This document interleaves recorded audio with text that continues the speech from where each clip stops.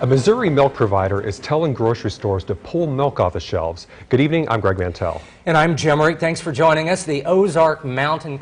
An update to last night's shooting at a Columbia break time. Police have made an arrest in connection to the crime. Officers responded to reports of a man being shot at a break time on Business Loop 70 West at about 5:30.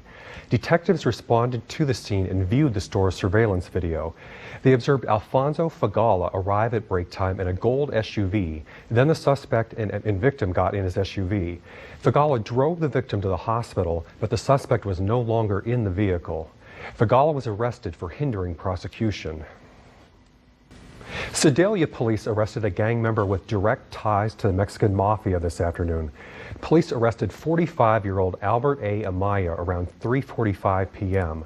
Police were watching a house after reports of a man with an active no-bond warrant from California was staying there. Amaya is being held in the Pettis County Jail. The director of MU's Extension Nutrition and Education program learned today the program can resume next week with its normal funding.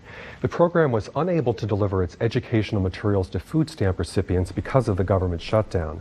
The director says employees are relieved the funding will be back and they can make it up to the agencies they work with.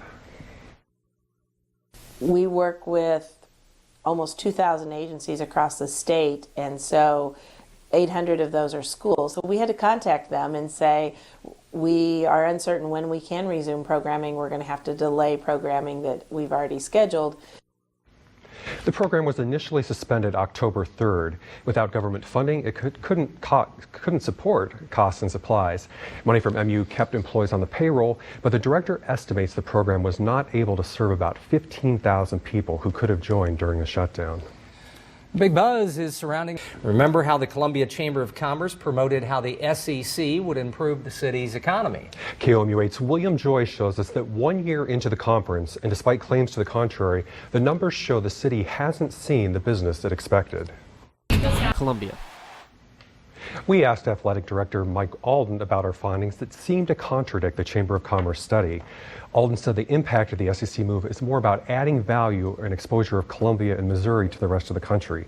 To find the full Chamber study as well as more information on the SEC's impact during football season, visit our website at komu.com.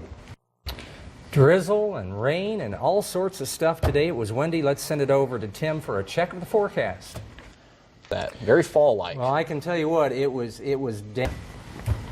The Cuban government releases its latest tourism numbers after President Obama eases travel restrictions between the two countries. And a man tries to seek asylum in a threatening climate. KOMU.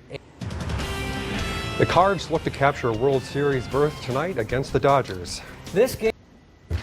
Now here's a look at what we're following on KOMU 8 News at 10. It's Friday Night Fever, which means high school football highlights from across the state. And scores from several other games. That's Chris Gervino's job. We'll talk to him in just a second. Now let's send it over to Tim.